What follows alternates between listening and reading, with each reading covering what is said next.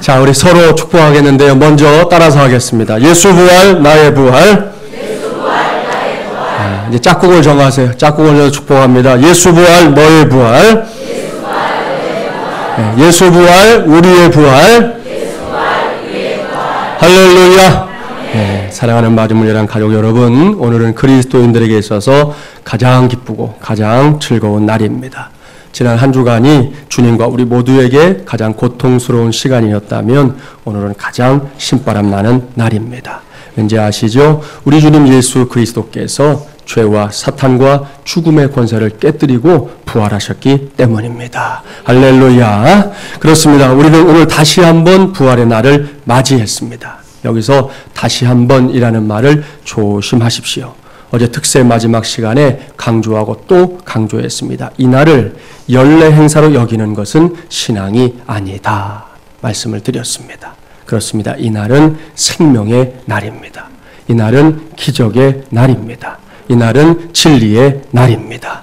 따라서 오늘 우리 모두는 기뻐해야 마땅합니다. 오늘도 기쁨을 회복시켜 주소서라는 큰 주제하에 말씀을 전하려고 하는데요. 그 기쁨의 근원이 뭐냐? 바로 오늘에 있다는 것입니다. 그러니 적어도 오늘만큼은 멍하니 앉아있을 것이 아니라 뛸 듯이 그 기쁨을 표현해야 합니다. 지금 당장 우리의 형편과 처지가 어떠하든 관계없습니다. 지금 저와 여러분이 매우 복된 상황에 놓여 있든지 아니면 지극히 난처하고 어려운 처지에 놓여 있든지 그것도 중요하지 않습니다. 저와 여러분이 지금 8차선 고속도로와 같은 길을 달리고 있든지 아니면 포장조차 되지 못한 험한 시골길을 달리고 있든지 그것도 문제가 되지 않습니다. 오늘은 그냥 기뻐해야 하는 날입니다. 우리 주님 예수님께서 부활하셨다는 사실만으로도 얼마든지 기뻐하고 얼마든지 즐거워할 수 있는 날이라는 것입니다. 이 날의 기쁨과 감격이 우리 모두의 몫이 되기를 주님의 이름으로 축복합니다. 이렇게 기쁘고 감격스러운 오늘은 기쁨을 회복시켜 주셔서 13번째 시간입니다. 오늘은 죽음에서 승리하신 예수 그리스도를 보라라는 제목으로 하나님의 말씀을 전하도록 하겠습니다. 오늘 전할 말씀의 핵심 주제는 예수 그리스도의 승리입니다. 이것은 놀랍고 위대한 승리입니다. 지금까지 세상에 존재했었던 승리 가운데서도 최고의 승리, 가장 경이로운 승리입니다. 이 승리는 철저하게 과정이 있는 승리입니다. 그저 엄격거에 어쩌다 보니 얻는 그런 승리가 아니라는 것입니다. 철저하게 대가를 치른 승리이고 철저하게 희생을 전제로 한 승리입니다. 그렇기 때문에 이 시간에는 승리하신 예수 그리스도를 만나기 전에 주님께서 치르신 대가가 무엇인지 먼저 살펴보려고 합니다. 지난 주일은 종려 주일이었지요. 예수님께서 2000년 전에 십자가를 지시기 위해 예루살렘 성에 입성하셨던 날 말입니다. 그렇게 인생의 마지막 한 주간을 시작하신 주님께서는 예루살렘 성 안에서 많은 사람들을 만나셨고 그들에게 하나님 나라에 관한 진리를 가르쳐 주셨습니다. 그러다가 맞이한 목요일 밤에는 최후의 만찬을 제자들과 함께 하셨지 않습니까? 그리고 그 밤에 주님께서는 겟세마네 동산에 올라가셔서 기도하면서 밤을 지새우셨다는 거 우리가 다 알고 있습니다. 그 밤이 지나가기 전에 예수님께서는 가룟 유다가 데리고 온 군병들에게 붙잡히셨습니다. 그때부터 예수님의 고난이 시작됩니다. 대제사장의 집에서 빌라도에게로, 빌라도에게서 헤롯 왕에게로, 다시 빌라도에게로 끌려다니면서 갖은 고초를 다 겪으셨습니다. 처참한 채찍질은 물론이고 갖은 조롱과 멸시가 쏟아졌습니다. 가시면류관도 머리에 깊숙이 박혀버렸고요. 마침내 빌라도는 예수님에게 사형 판결을 내렸습니다. 그래서 예수님은 골고다 언덕까지 죽을 힘을 다해서 올라가셔야만 했습니다. 마가복음 15장 25절 말씀에 따르면 제3시, 그러니까 우리 시간으로 환산하면 오전 9시에 예수님께서는 십자가에 높이 달리셨습니다. 그때부터 모진 고난 시작됩니다. 양손과 양발에 17cm가 넘는 대못이 박혔습니다. 예수님께서는 그 못에 박힌 채 공중에 세워놓는 십자가에 매달려 있었던 것입니다. 시간이 흘러가면서 예수님의 양손과 양발이 몸무게를 견디지 못하고 못이 박힌 곳의 살들이 벌어지고 찢어지게 됩니다. 그렇게 시간이 흘러갑니다. 마가복음 15장 33절 말씀을 우리 한번 찾아서 봉독해 보려고 하는데요. 신약 84쪽입니다. 마가복음 15장 33절 말씀, 신약 84쪽. 그 현장을 우리가 떠올리면서 함께 이 말씀을 보겠습니다. 함께 봉독해 볼까요? 제6시가 되매 온 땅에 어둠이 임하여 제9시까지 계속하더니 제6시가 되었습니다. 우리의 시간으로 하면 낮 12시가 된 것입니다. 그야말로 해가 중천에 떠 있어야 할 시간입니다. 그런데 그 시간에 하늘은 정해져 있는 자연의 법칙을 역행해서 움직였습니다. 온 땅에 어둠이 임했다고 합니다. 무엇 때문일까요? 하늘이 예수님의 고통을 대변하고 있는 것입니다. 또한 세상에 가득 찬 영적인 어두움을 보여주고 있는 것이지요. 여기서 한번 생각해 보십시오. 예수님께서 왜 이런 고통을 당하셨습니까? 예수님께서 죄가 많기 때문입니까? 예수님께서 누군가에게 원망 들을 만한 일을 많이 했기 때문입니까? 아닙니다. 주님은 결코 죄가 없는 분입니다. 그런데도 주님께서 이 세상에 있는 형틀 가운데 최악의 형틀인 십자가 위에서 고통을 당하고 있습니다. 온몸에서 피가 서서히 빠져나가는 고통을 겪고 있습니다. 수많은 사람들의 조롱과 손가락질 가운데 온 세상 앞에 수치를 드러내는 고통도 겪고 있습니다. 그 고통에 하늘이 동참하고 있는 겁니다. 여기서 어둠은 비유적인 의미가 있어요. 이 어둠은 어둠만을 위해 존재하는 어둠이 아닙니다. 이 어둠은 어디까지나 그 다음에 있게 될 빛이 얼마나 찬란한 빛인지를 알게 해주는 어둠입니다. 새벽이 되기 직전이 가장 어둡다라고 하는 말이 있지 않습니까? 옳습니다. 예수님께서 달리셨던 그 십자가 달리신 그때가 이 세상으로서는 가장 어두운 시기를 맞이한 것이지요. 그럼에도 불구하고 그 어두움이 더욱 짙은 칠흑 같은 어두움이 되어버린 것은 곧 밝은 세상이 시작될 것이라는 사실을 암시하고 있었던 것입니다. 사랑하는 마중물이라는 가족 여러분, 바로 여기서 십자가에 달리신 예수님을 바라보면서 우리 모두가 반드시 붙잡아야 할 것이 있습니다. 그것은 비록 고달프고 힘든 인생길을 걸어가고 있을지라도 어둠 너머에 있는 빛을 볼 줄 아는 믿음, 그것이 우리 모두의 믿음이 되어야 한다는 것입니다. 히브리서 기자가 일찌감치 그런 믿음을 우리에게 가르쳐 주었습니다. 히브리서 12장 2절 말씀을 제가 봉독해 드릴 테니까 잘 들어보십시오. 믿음의 주요 또 온전하게 하시는 이인 예수를 바라보자. 그는 그 앞에 있는 기쁨을 위하여 십자가를 참으사 부끄러움을 개의치 아니하시더니 하나님 보좌 우편에 앉으셨느니라. 아멘. 2000년 전에 우리를 위해 십자가에 달리신 예수님은 이런 분입니다. 어둠 너머에 있는 빛, 고난 너머에 있는 기쁨, 부끄러움 너머에 있는 영광을 바라본 분이었다는 것입니다. 이것이 주님께서 묵묵하게 십자가의 길을 끝까지 걸어갈 수 있었던 궁극적인 힘이었다고 히브리서 기자가 쓰고 있는 겁니다. 이제는 2015년도 부활주의를 맞아 십자가에 달리신 예수님을 바라보고 있는 저와 여러분에게도 그런 힘이 넘치도록 부어지게 되기를 주님의 이름으로 축복합니다. 그리스 신화를 보면 바다 요정들의 이야기가 나옵니다. 바다에 사는 요정들이 배가 지나갈 때마다 노래를 불러서 뱃사람들을 미혹합니다. 그러면 신기하고 이 묘한 요정들의 노래소리에 홀린 뱃사람들이 자신들도 모르게 바다에 뛰어드는 거예요. 그러니까 다 죽는 것이죠. 아무도 요정의 노래를 피할 수 없었고 아무도 그 바다를 빠져나올 수 없었습니다. 그런데 그 요정의 바다를 무사히 항해한 배가 한 척 있었습니다. 그 비결이 뭐냐? 그 배에 타고 있었던 사람들이 요정들의 노래가 들려오기 시작하자 한 목소리로 뱃노래를 부른 것입니다. 요정들의 노래소리가 커지면 커질수록 뱃사람들은 더욱 크게 노래를 불렀습니다. 마침내 그들은 요정의 바다를 무사히 빠져나올 수 있었습니다.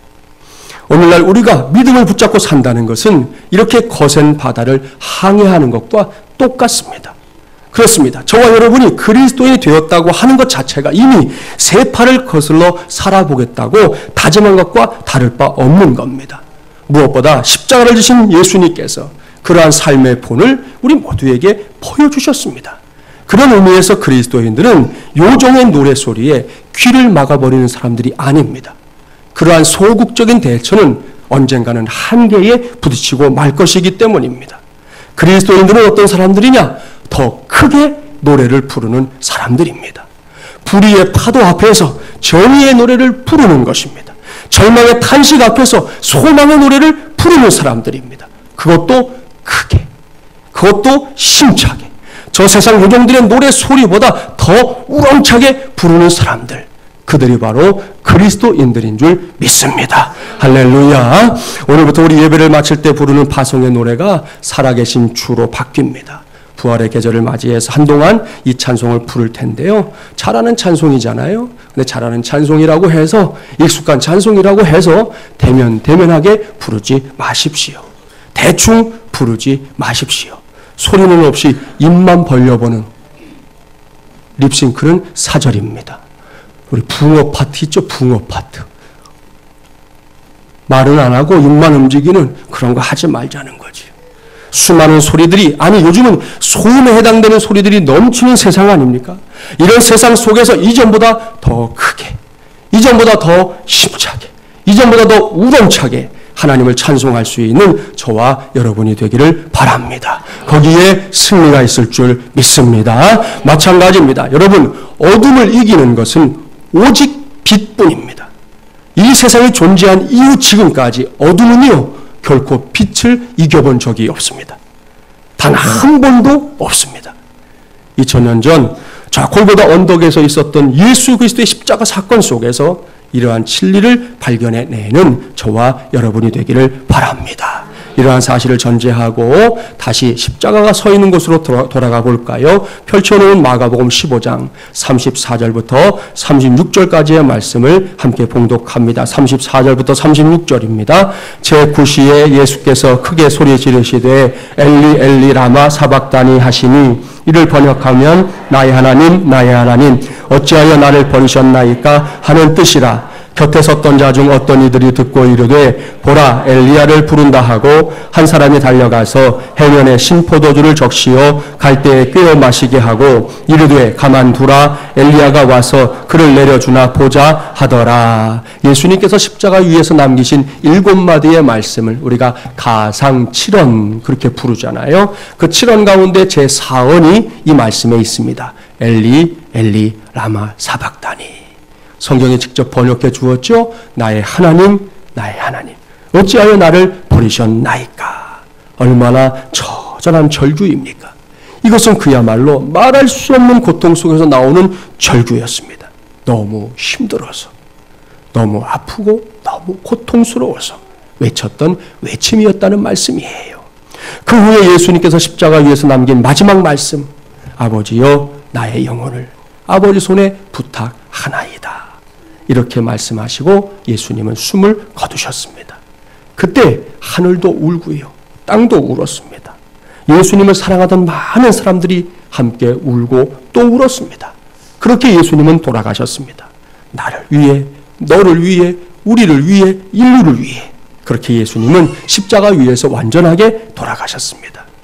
아리마대 사람 요셉과 니고데모는 빌라도에게 찾아가서 예수님의 시신을 내주시면 우리가 장사를 치르겠습니다 해서 장사까지 치렀습니다. 자, 그때부터 주일인 오늘 새벽까지 세상의 시간은 어둠과 빛의 중간지대에 놓여 있었습니다. 죽음과 생명의 중간지대이지요. 한계와 무한대의 중간지대입니다. 절망과 소망의 중간지대였습니다. 이것이 무슨 뜻인지 아십니까? 앞서 말씀드린 대로 2000년 전 지난 금요일 오후에 예수님께서는 인류의 모든 죄를 짊어지고 십자가에 매달려 처절하게 돌아가셨습니다. 그 죽음은 완벽한 죽음이었습니다. 어떤 이들의 주장처럼 잠시 기절했던 거 아닙니다. 로마 군병들이 창으로 찔러가면서까지 예수님의 죽음을 확인했지 않습니까? 그 시신을 아리마대 사람 요셉이 자기를 위해 준비해두었던 돌무덤에 직접 장사까지 지내지 않았습니까? 이 모두가 지난 금요일에 일어난 일들입니다. 이것이 어둠이라는 겁니다. 이것이 죽음입니다. 이것이 한계입니다. 이것이 절망입니다. 그러나 부활주일인 오늘 이 모든 일들이 반전되고 있는 겁니다. 왠지 아시죠? 우리의 주님 예수 그리스도께서 무덤에 장사 지낸 바 되었다가 사흘 만에 부활하셨기 때문입니다. 여기서 확인할 수 있는 예수 그리스도의 부활 사건, 이것이 곧 빛입니다. 생명입니다. 무한대입니다. 소망입니다. 이 모두가 2000년 전 오늘 새벽에 이 땅에서 일어난 사건입니다. 그렇기 때문에 예수님께서 십자가에 달려 돌아가신 직후부터 지난 밤까지는 중간지대였다는 거예요. 2000년 전에 예수님을 따랐던 제자들은 이 중간지대의 시간들을 계속되는 절망 가운데 보냈습니다. 그들의 마음에는 짙은 어두움이 자리 잡고 있었습니다. 그들은 자신들이 의지했던 예수님을 보통 사람들처럼 허망하게 생명을 잃어버리는 존재로 이해하고 있었습니다. 그러니 그들에게 남은 것은 절망뿐이지요. 어떤 제자들은 이렇게 말했잖아요. 이제 우리가 할 수 있는 일이 도대체 뭐냐? 에라 모르겠다. 나는 물고기 잡으러 가겠다. 예수님도 안 계신데 우리가 여기서 할 수 있는 게 뭐냐? 이렇게 말하고는 자기의 고향이었던 갈릴리로 가버린 제자들도 있었습니다. 이것이 2000년 전에 중간지대에 서 있었던 제자들의 모습입니다. 그러나 우리는 다릅니다. 아니, 반드시 달라야 합니다. 왜입니까? 우리는 예수 그리스도의 부활의 역사를 확실하게 믿고 따르는 하나님의 종들이기 때문입니다. 따라서 우리는 오늘부터 더 이상 절망하지 말아야 합니다. 어둠에 사로잡히지도 않아야 합니다. 생명의 한계 때문에 두려워하거나 염려하지 말아야 합니다. 우리 역시 예수님처럼 우리에게 주어지게 될 찬란한 빛을 기대해야 합니다. 위대한 생명을 붙잡아야 합니다. 차고 넘치는 무한대의 은혜를 바라봐야 합니다. 흔들리지 않는, 또한 흔들릴 수 없는 소망 안에 서야 하는 것입니다. 이 모두가 인류 역사의 중간지대를 지나 부활의 날을 맞이한 우리 모두가 거뜬하게 감당해내야 할 믿음의 몫인 줄 믿습니다. 이러한 죽음과 생명의 문제, 종종 세상에서도 주목받는 인생의 주제 가운데 하나 아닙니까? 언젠가 한 일간지에 이런 기사가 실렸던 적이 있었습니다. 76세의 인도네시아 노인 한 분이 자신의 장례식 도중에 관에서 벌떡 일어났다는 거예요. 그 노인의 이름은 다우드 다파인데요. 연세도 적은 연세가 아닌데 병으로 입원했다가 돌아가신 어른입니다. 그래서 장례를 치르기 위해 시신을 집에 모셔놓았고 3일째 되던 날이었습니다. 죽었다고 생각했던 노인이 쓱 일어나서 아들 요하네스에게 무슨 일이 있냐? 그렇게 물었다는 거예요. 깜짝 놀란 아들은 자기가 놀라면 아버지가 더 놀랄까 싶어서 마음을 가라앉힌 다음에 자초지종을 설명했습니다. 그런 다음에 아들이 한 얘기는 이거였대요. 하나님께서 아버지를 다시 부를 경우에 무덤을 새로 팔 수고를 덜기 위해 이번에 파놓은 무덤은 그대로 두겠습니다. 거기에 다음에 아버님을 모시겠습니다. 그랬다는 거예요. 조선일보에도 해외 토픽에 기사가 하나 실렸습니다. 세계 최빈국에 속하는 이 니카라과라는 나라에 사는 100세 할머니에 관한 기사였어요. 이 할머니는 수도인 마나가 병원에서 사망 판정을 받고 3일 동안 영안실에 안치되었습니다. 그런 다음에 집으로 옮겨서 장례를 치르게 되었는데요. 장례를 치르던 도중에 가족들이 지켜보는 가운데 벌떡 일어나서 물 좀 줘라 그랬다는 거지요. 참 기가 막힐 노릇이에요. 사랑하는 마중물이란 가족 여러분, 여러분은 이런 기사를 읽으면 이 믿어집니까? 대부분의 사람들이 믿지 못할 겁니다. 과연 우리가 죽고 나서 어느 날 무덤을 헤치고 다시 살아날 수 있을까요? 돌아가셨던 우리의 할아버지, 할머니, 아버지, 어머니가 어느 날 갑자기 무덤에서 온전한 사람으로 다시 살아날 수 있을까요? 우리의 이성으로는 그렇다고 대답할 수 없는 질문입니다. 오래전에 극장가에 나온 영화 가운데 주라기 공원이라는 영화가 있었죠. 멸종한 공룡의 유전인자를 재생시켜서 공룡을 다시 살려낸다는 내용인데 큰 인기를 끌었었습니다. 그런데 워싱턴 포스트지에서 미국 정부가 비밀리에 인간의 DNA를 조작하여 죽은 인간을 다시 살려낼 연구를 위해서 연간 10억 달러를 투입하고 있다 하는 보도를 한 적이 있어요. 그 보도 제목이 뭐냐면 주라기 백악관이었는데요. 이런 내용입니다. 지난 1981년 암살을 가까스로 모면한 레이건 대통령의 지시로 시작돼 부시 정부를 거쳐 지금까지 계속되고 있는 죽은 나무 프로젝트는 최근 크게 진전을 보고 있다. 지금까지 의회 지도자들에게는 중국이나 구소련이 개발을 시도 중인 이 군사용 레이저 실험으로 잘못 알려져 있는 이 인간 재생 계획은 연간 10억 달러가 드는데 DNA를 재생시켜 이미 죽은 사람을 살려낸다는 것이다. 책임 연구자인 파이어린 박사는 최근 연구에서 큰 성과를 얻게 돼 죽은 인간 재생 실험을 시도할 준비가 됐는데 남은 문제는 누구를 실험 대상으로 할 것인가 라는 것이라고 밝혀서 주목을 끌고 있다. 그런 기사였습니다. 여러분, 이 책임자의 말대로 인간 재생 실험에 대한 준비는 다 돼 있답니다. 그런데 문제가 뭐라고요? 도대체 누구를 실험 대상으로 할 거냐? 여러분에게 이 실험 한번 하자고 하면 선뜻 나서서 하시겠어요? 확실한 결과도 알 수 없는 그 실험을 누가 하겠냐는 것이죠. 아무튼 세상은 이렇게 과학을 통해서 주라기 공원과 같은 그 가설이 실현되기를 기대하고 있다는 거, 우리가 생각해 볼 수 있는 일이죠. 하지만 여러분, 사람들이 받아들이지 않고 있어서가 문제지 단순한 재생만이 아니라 이미 죽은 자가 살아나는 부활은 우리의 살고 있는 이 땅에서 실현되었습니다. 그것이 무엇인지 우리는 알지 않습니까? 2000년 전에 우리의 주님 예수님께서 부활하신 것입니다. 부활의 첫 열매로 부활하셔서 그 확실한 증거를 보여주신 것입니다. 그렇습니다. 인류의 죄를 대신 짊어지고 십자가 위에서 돌아가신 예수님, 여러분 꼭 기억하십시오. 사흘 만에 부활하셨습니다. 믿습니까? 할렐루야. 예수 그리스도의 부활 사건을 기점으로 인류 역사에 있어서 죽음은 더 이상 인생의 종지부가 아닙니다. 단지 인생의 쉼표에 불과하게 되었습니다. 그렇습니다. 예수님께서 부활을 통해 사망의 권세를 몽땅 깨뜨리고 사탄의 최강 무기였던 사망을 더 이상 무기구실을 못하게 만들어 주신 것입니다. 그런데 사람들은 이러한 사실을 믿지 않으려고 합니다.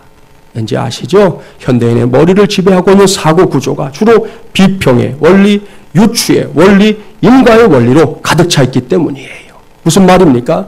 오늘날에 일어나지 않은 일은 과거에도 일어난 적이 없다 생각하는 거예요. 원인이 없는 결과는 없다라고 생각하는 거예요. 이런 생각 때문에 원인 없는 결과는 우연이다라고 말하고 과학적으로는 받아들이지 않는 것이죠. 지금도 이런 생각에 머무는 사람들이 세상에 많습니다. 이 점에 있어서 하나님의 자녀된 저와 여러분은 분명히 차원이 다른 삶을 살아야 합니다. 우리는 하나님의 말씀에 성경이 증거하고 있는 예수 그리스도의 부활을 확실하게 믿는 사람들이기 때문입니다. 그것도 예수님의 부활만으로 끝나는 게 아니에요. 그 부활이 곧 나의 부활이라는 사실까지 믿는 사람들, 바로 그들이 그리스도인들인 줄 믿습니다. 이런 믿음의 확신을 가지고 오늘 주신 본문을 이제 똑똑히 보십시오. 예수님께서 친히 자신이 이루신 승리에 관해 말씀하고 있습니다. 본문으로 돌아가셔서 44절부터 48절까지의 말씀을 함께 봉독합니다. 또 이르시되 내가 너희와 함께 있을 때에 너희에게 말한 바 곧 모세의 율법과 선지자의 글과 시편에 나를 가리켜 기록된 모든 것이 이루어져야 하리라 한 말이 이것이라 하시고 이에 그들의 마음을 열어 성경을 깨닫게 하시고 또 이르시되 이같이 그리스도가 고난을 받고 제3일에 죽은 자 가운데서 살아날 것과 또 그의 이름으로 죄사함을 받게 하는 회개가 예루살렘에서 시작하여 모든 족속에게 전파될 것이 기록되었으니 너희는 이 모든 일의 증인이라. 아멘. 사랑하는 마지물이란 가족 여러분, 이 말씀을 잘 보십시오. 예수님께서 제자들에게 말씀하고 있습니다. 예수님의 부활 사건은 결코 어찌하다 보니 일어난 사건, 소가 뒷걸음질하다가 쥐를 잡았다는 식의 그런 사건이 아니라고 말하고 있습니다. 옳습니다. 오늘 말씀을 시작하면서 미리 말씀드렸죠. 예수님의 승리는 철저하게 과정이 있는 승리다. 그 승리는 철저하게 대가를 치른 승리다. 철저하게 희생을 전제로 한 승리라고 말씀을 드렸습니다. 예수님께서 그것을 확인시켜 주는 거예요. 주님의 말씀을 보십시오. 예수님의 부활 사건은 구약 성경에 미리 예언되어 있었던 사건이라고 밝히고 있습니다. 이 세상을 향해 미리미리 선포되었던 그 예언의 말씀들이 예수님을 통해 온전하게 이루어진 것입니다. 그렇습니다. 예언의 말씀대로 주님은 부활하셨습니다. 이제는 그 부활의 영광을 오고 오는 모든 시대와 모든 족속들이 함께 누려야 할 것이라고 말씀하고 있습니다. 이를 위해 세우신 증인들이 있는데요. 당시로서는 예수님의 제자들이었고요. 오늘은 저와 여러분, 이 시대의 그리스도인들이라고 말씀하고 있습니다. 사랑하는 여러분, 이것이 바로 우리 주 예수님의 승리입니다. 모든 죄와 사망과 사탄의 권세를 단박에 누르시고 주님께서 승리하셨습니다. 이것은 최후의 승리입니다. 그리고 그 승리의 역사를 그저 몇몇 사람들만이 아니라 온 천하 만민들에게 전하라 말씀하고 있습니다. 이것이 오늘부터 다시금 새로운 다짐으로 우리가 감당해내야 할 위대한 사명이라는 것 꼭 기억하는 우리 모두가 되기를 바랍니다. 앞서 말씀드린 대로 우리는 시간의 중간지대를 지나서 저 앞에서 시작되고 있는 그리고 다가오고 있는 빛을 바라보고 있는 사람들입니다. 죽음이 아닌 살아나는 생명을 바라보고 있는 사람들입니다. 온 우주에 충만한 무한대의 은혜를 바라보고 있는 사람들입니다. 이 땅에 아닌 하늘 소망을 바라보고 있는 사람들입니다. 그런데 이 모두가 아무에게나 주어지는 은혜는 아닙니다. 예수 그리스도의 대속의 은혜를 나를 위한 것으로 받아들인 사람들, 우리를 위한 것으로 받아들인 사람들만이 누릴 수 있는 위대한 은혜입니다. 그리고 이 사명을 감당할 사람들 역시 바로 그런 사람들이지요. 저와 여러분 모두가 그러한 주인공들이 되기를 주님의 이름으로 축복합니다. 종종 강조해서 말씀드린 적이 있는데요. 교회가 이 세상에 존재해야 하는 이유가 무엇입니까? 여러분, 우리 마중물 연합교회가 이 수유동 이곳에 존재하는 이유가 뭐라고 생각하십니까?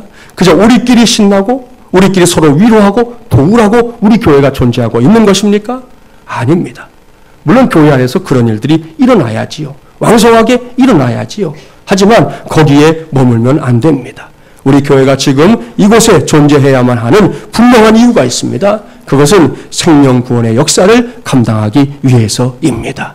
이 땅에 죽어가는 한 영혼을 살리기 위해서 이 교회가 이 수유동 이곳에 존재하고 있는 줄 믿습니다. 그렇기 때문에 우리 교회는 올해에도 부활하신 주님께서 맡기신 이 귀한 사명을 앞장서서 감당하는 교회가 되고자 합니다. 지금까지도 그랬지만 앞으로도 이 지역에서 지속적으로 예수 그리스도의 생명의 복음을 전할 것입니다.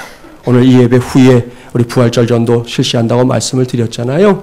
일부에 다녀간 우리 성도들 가운데 가면서 목사님 제가 갔다가요. 이따가 그 시간에 다시 와서 저도 부활절 전도 참여하겠습니다. 그러고 가신 분들이 있어서 얼마나 감사했는지 모릅니다.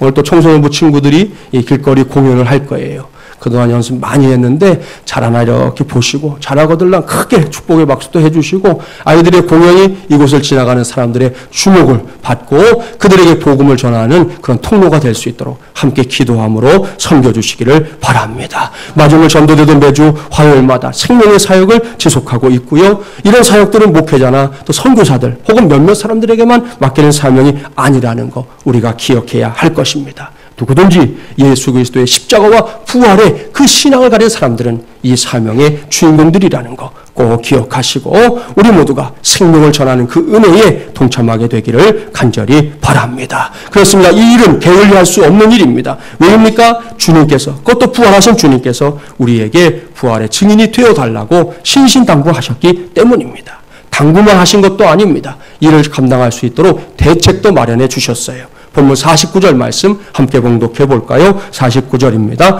볼지어다 내가 내 아버지께서 약속하신 것을 너희에게 보내리니 너희는 위로부터 능력으로 입혀질 때까지 이 성에 머물라 하시니라. 아멘. 할렐루야. 무슨 말씀입니까? 예수님께서 부활하시고 승천하신 후에 이 세상에 보내주실 성령 하나님에 관한 약속의 말씀입니다. 성령의 능력을 덧입어서 복음의 증인 되라는 겁니다. 성령의 능력 힘입어서 예수 그리스도의 생명의 복음을 십자가와 부활의 복음을 전하는 증인들이 되라고 말씀하고 있는 것입니다. 사랑하는 여러분, 오늘 우리는 죽음에서 승리하신 예수 그리스도를 바라보는 부활주의를 맞이했습니다. 앞에서도 말씀드렸지만 또 한 번 부활주일이 됐네. 오늘이 부활주일이구나. 또 새까맣게 잊고 있다가 9시 뉴스에 오늘 부활주일이라고 그러네. 그렇게 지나가는 신앙은 우리가 가져야 될 신앙이 아닙니다. 오늘 이날은 나와 관계가 있는 날이라는 것, 우리와 관계가 있는 날이라는 것을 꼭 기억하는 우리 모두가 되기를 바랍니다. 예수님께서 최후의 승리자가 되셨지요. 그리고 이제는 우리 모두를 그 승리의 길에 초청하고 있습니다. 주님의 초청에 아멘으로 응답하는 모든 마중물예람의 가족들이 되기를 바랍니다. 그래서 우리 모두를 통해 온 인류를 구원코자 하시는 하나님의 꿈이 우리의 시대에 이 땅 위에서 아름답고 놀랍게 이루어지게 되기를 주님의 이름으로 간절히 축원합니다. 기도합시다.